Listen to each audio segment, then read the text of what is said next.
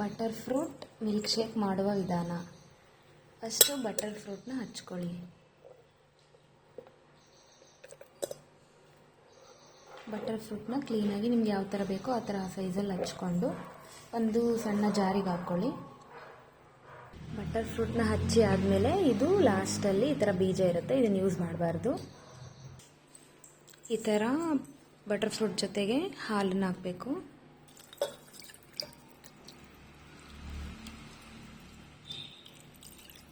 ನಿಮ್ಗೆ ಎಷ್ಟು ಕ್ವಾಂಟಿಟಿಯಲ್ಲಿ ಬೇಕೋ ಅಷ್ಟು ನಿಮ್ಮ ಥಿಕ್ನೆಸ್ ನೋಡಿಕೊಂಡು ಹಾಕಿ.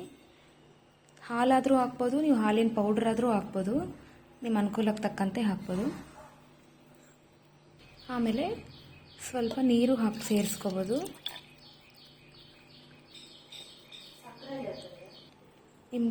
ನಿಮಗೆ ಎಷ್ಟು ಬೇಕೋ ಅಷ್ಟು ರುಚಿಗೆ ತಕ್ಕಷ್ಟು ಸಕ್ಕರೆನ ಹಾಕ್ಕೊಳ್ಳಿ. ನಾವು ಸಕ್ಕರೆ ಕಡಿಮೆ ತಿಂತೀವಿ ಸ್ವೀಟು, ಸೊ ಹಂಗಾಗಿ ನಾನು ಸ್ವಲ್ಪ ಕಡಿಮೆ ಹಾಕ್ತಾಯಿದ್ದೀನಿ. ನಿಮಗೆ ಎಷ್ಟು ಬೇಕೋ ಅಷ್ಟು ಹಾಕ್ಕೊಳ್ಳಿ. ಇದಾದಮೇಲೆ ಫೈನಲಾಗಿ ಮಿಕ್ಸಿಗೆ ಹಾಕೋಣ. ಆಮೇಲೆ ಹೆಂಗಿರುತ್ತೆ ಅಂತ ತೋರಿಸ್ತೀನಿ friends.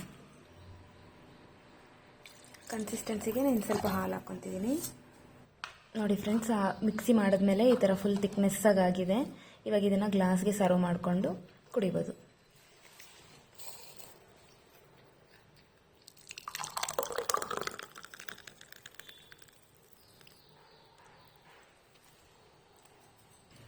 Tasty butter fruit milkshake ready.